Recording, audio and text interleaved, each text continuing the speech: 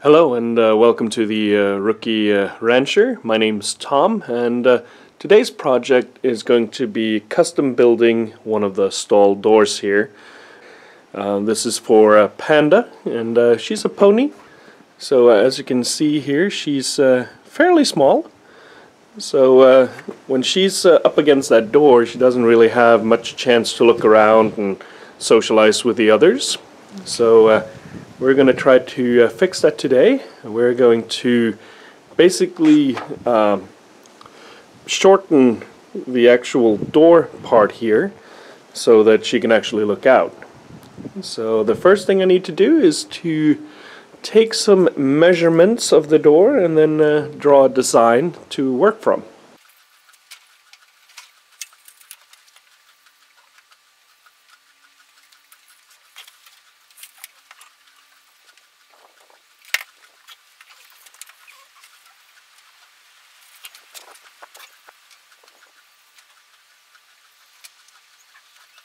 Well, got the measurements I need, so now off to the drawing board.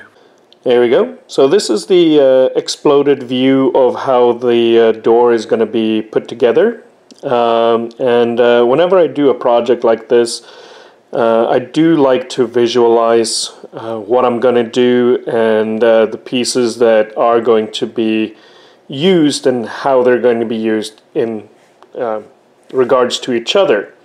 Now, granted, I typically don't go overboard like this and color and all of that, but I figured for the video, for this video, why not? I mean, it might also help someone else to figure out a design for their own stall door.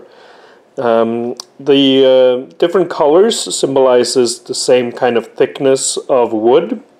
So the orange here is 2x4s. And that's going to be the actual framework. Then you have two side panels here, which are T111, which is the one that's been used on the door. And then the red here are 1x3. So they're just going to be adding a little detail on the front here and add a little extra support on the top so that it kind of rounds off the edges here. And then you have the mesh screen with the frame on both sides holding that together inside of the frame here. So the next job now is to cut all the pieces and assemble it.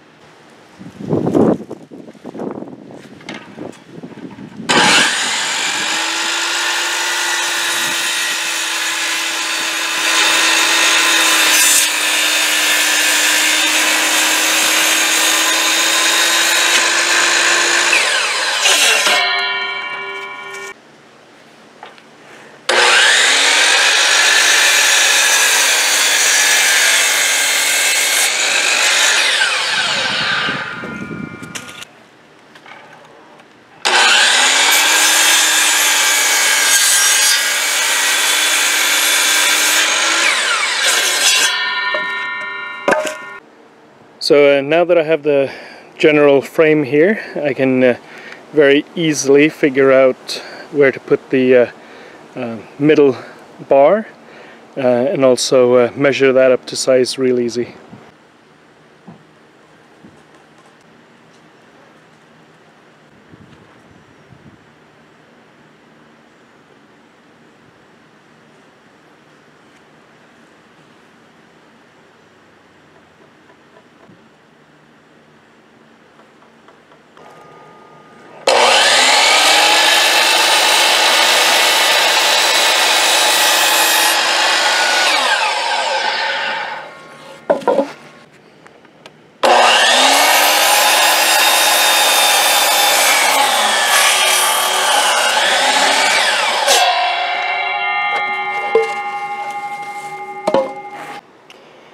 Now the next part is to fasten everything. So I got my nail gun over there. I've made kind of like a rudimentary stand for this. so that it's a little bit more level. It's not going to be 100% perfect because of the ground, so I'll just have to do the best I can to kind of level it out.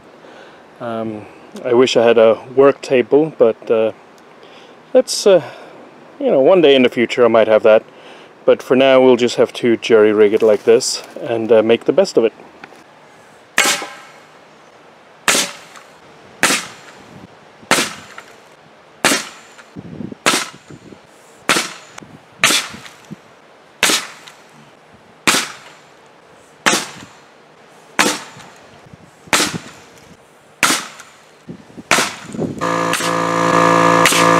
Now the next part is to connect the T111 panel to the door frame here, and I'm going to try using my nail gun again. I've decreased the PSI to 100 PSI, so we'll see. It might go all the way through, but it's going to be hidden with some decorative paneling on the front anyways, so I'll be able to dial down the PSI as needed.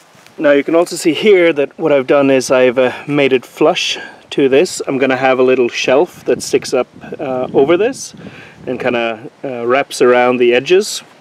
So just by putting it flush and trying to center it as best as I can in order to get the best final product.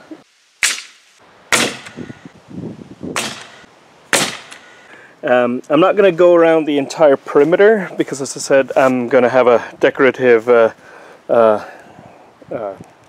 frame around this. So there's going to be more than enough nails. I just wanted to make sure that all the nails work perfectly, and they do. So now I'm going to cut this down to size. Now I'm hoping I'll be able to shave off some time with this. This is a handheld router, and I have a flush bit attached on the end there, and you can kind of see it has a ball bearing at the top there. And what it does is the ball bearing is going to ride the 2x4, and then the blade here is going to cut through this little panel, and it's going to flush it, so it's not going to, like, the width of the blades are the same width as the ball bearing, so it's going to be an exact flush trim. And I'm just going to trace around the entire perimeter here, and hopefully that works.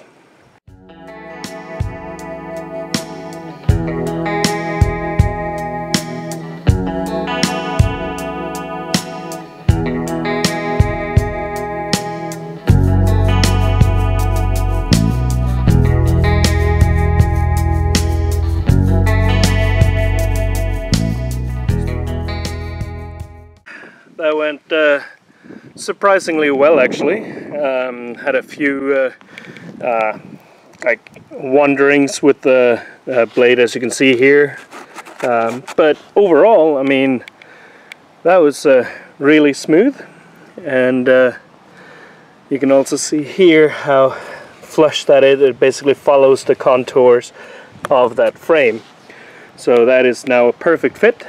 So now we're going to flip it over and do the same on the other side. There you go, just a few minutes later, and we have all the paneling down. So everything's flush trimmed to the bottom of the base of the door.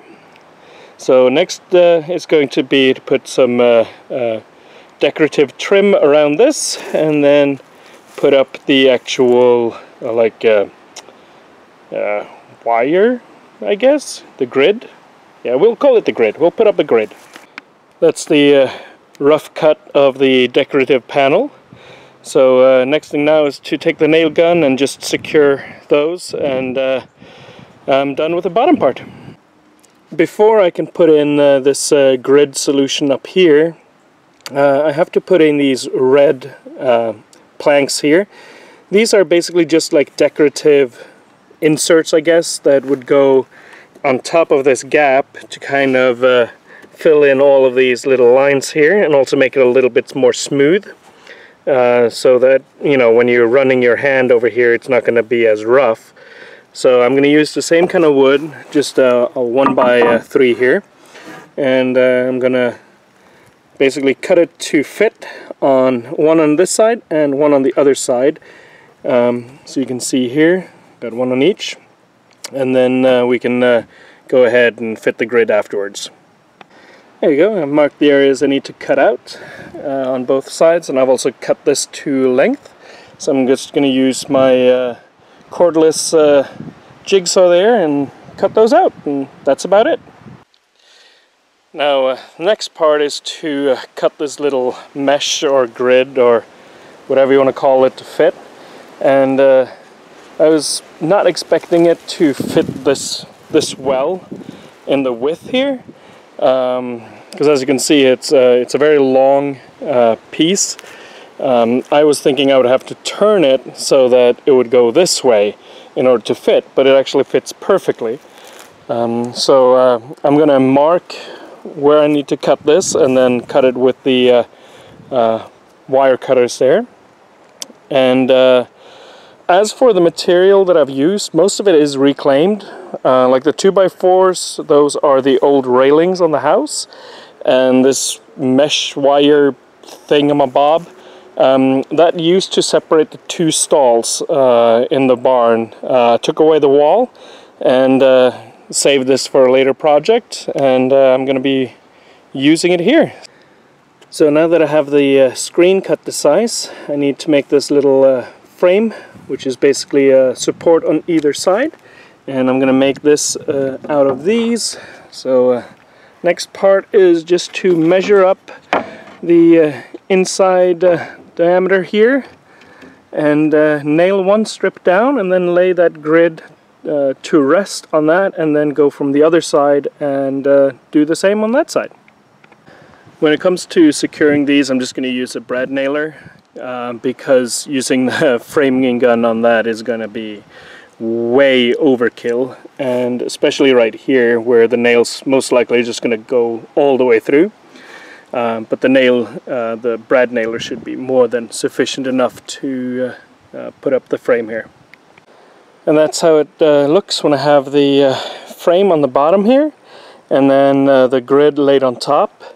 You can see it's a tight fit. I had to kind of sledgehammer it down some of the places, but I'd rather it be a really tight fit than overcutting these, because I mean this isn't really going to show anyways. So I'd rather have it a tight fit that it kind of digs into the wood. So now I just need to cut the last frame to hold that in place. There we go. So that's the frame in place. You can see how that metal grid is sandwiched in between two frames. So this door is pretty much done on like a basic level, but I do want to round over these sharp edges right here just to kind of soften those up. So I got a round over bit in the router, and I'm just gonna do that real quick.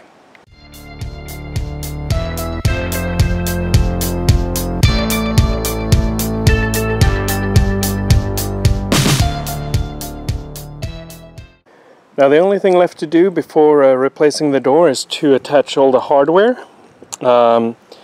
This latch here came with a couple of screws here in the set, so I'm going to use those. I mean, that's not actually load bearing, that's just a latch. But for the hinges, I have 3 of them. I got one down there, and then in the middle, and then all the way at the top there. For those, I'm going to use these structural screws here, which are pretty much the, you know, these bad boys right here.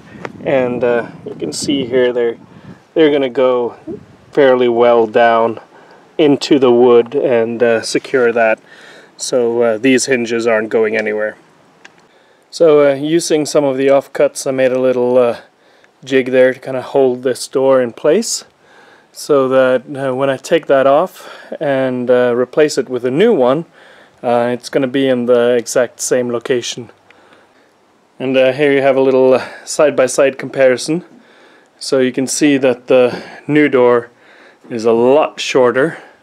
So hopefully Panda will have a much easier time saying hello in the future, because Right now she's always hidden away. So we'll make her come out in the light. Isn't that right? There we go. So a new door in place, and she can now look out and enjoy the view. I did notice that this one at the top here, it's not necessary, and also it's not going to fit very well because these are of course sticking out from that 2x4. So that one, which is secured on the 2x4, it's not going to be able to actually function. So I'll take that off, but show you here the door functions, and I'm not going to open it more than that because she'll want to go out. But yeah, she can now look out without any problem. That's right. Now there's just one more thing to do. There we go. Now everyone knows who lives there.